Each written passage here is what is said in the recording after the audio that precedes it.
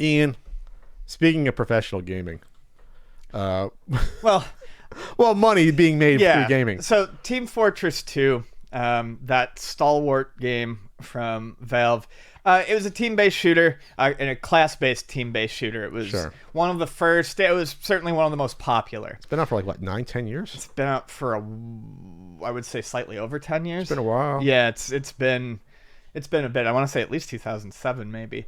Anyways, it's been around forever. A lot of people cut their teeth on it, and then people started to move on to other things as games came out, like Overwatch is one.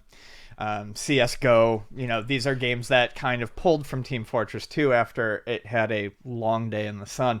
But it's still popular enough. And in 2009, they added cosmetics. Most people, I think, at this point probably has seen at least one meme or something about it.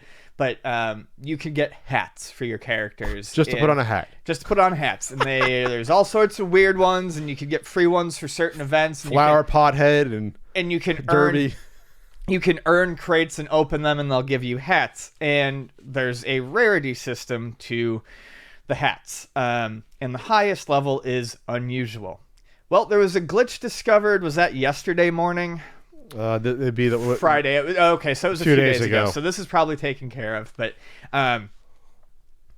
so something happened. There was a glitch where the crates started spawning unusual quality items. Remember, that's the highest level, rarest of the rare. Uncommon item. Apparently at an incredibly quick pace. That's what it's saying here in this Kotaku article. So all of a sudden, Team Fortress 2 items have flooded the community marketplace where people buy and sell these things, like skins or whatever, essentially. So you can buy and sell these hats. And ridiculous.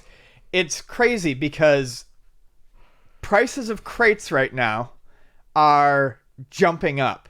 So like if you have crates to sell, you can sell those. You can sell unopened crates. You can sell. It looks like you can sell the unopened crates for hire. It's like selling a baseball card pack. Yeah. So you can sell the unopened crates for hire, but it's brought the unusual item listing, like item prices, down. So if people are selling the individual stuff they opened, being that the stuff is no longer as rare as it used to be because people are unopening them at such a weird rate, that price has gone shooting down.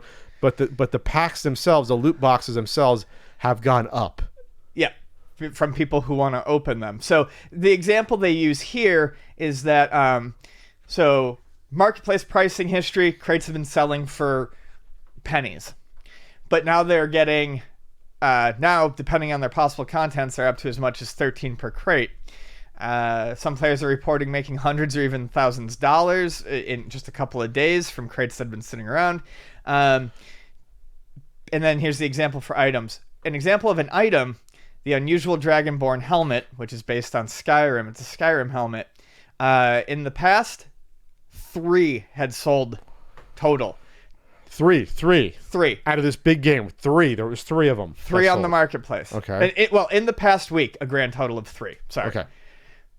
In one day alone, this would have been Friday, 122 sold, with the price dropping from between 25 and 44 to between 6 and 7. Can I just, before all this, can I just say how obviously Steam makes money off all this loot box stuff with these marketplaces and skins, and that's why they're getting sued. Remember for the Counter-Strike CS:GO skin stuff, things, yes. because they're allowing this with their API to enable this. How stupid it is to have a marketplace for digital items, but people are paying for it. I mean, people are making money. At some point, I have to sit back and just breathe marvel and at realize, the capitalism. No, capitalism, but also it's not our world. I don't understand it. I don't need to understand it. I'm sure to them it makes them happy. So spend the money on what you want. But yes, the idea of buying a digital hat on a marketplace, like if I really like a game that I'm playing on a console, I will, like as a tip, I will sometimes consider buying, like, say, a fighting game, a color pack, or a $5 costume pack. Throw the money into like the small developers. Plus, I like it, so I'll use it. But this gets out of control. But this is now encouraging people to play this with to try to get this to make their own money on it. That's the difference. This is creating an ecosystem that's weird, and I'm glad some of these prices crashed, because now it's just funny to me that happened. But now what are they? Are they random? Are they just random item drops in Team Fortress or random boxes I that can't drop? tell you exactly. I think there's are they just random item drop system is a process. Okay, it's a random item that gets dropped to you. Okay, so you have In a box. People getting random boxes. They decide to open them or not, I guess, and they can sell them or just sell the contents. But this is almost like the counter strike, the counterpoint of Epic, where Epic it's like play this game to get better to make money. Now it's with Team Fortress, play this game to randomly get an item that you could sell. It's another way to get people to play it with having a marketplace that exists. So I'm not sure yet if they've fixed it, but what they definitely did do was They had to have fixed it. Disabled inventories, so players can't buy and sell. They don't know if they're gonna, wipe out those hats or what they're gonna do, but yeah. So I mean, I'm even checking right now. I don't see any news update that says it's fixed and it's reinstated, but they definitely shut that down in the way they could to kind of try to nip it in the bud. But I guess it took them a while to get to it. This is so dirty. Valve said on Twitter we should have an update in the next few hours.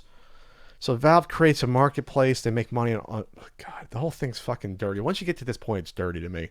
This is beyond just buying stuff for your personal enjoyment. Once you get into a marketplace for digital items, and you have the company that runs, runs the storefront. Cards. I mean, that's really what it is. You open it, and you're opening a package, and you see what you get, and then you try to sell the ones that are worth something.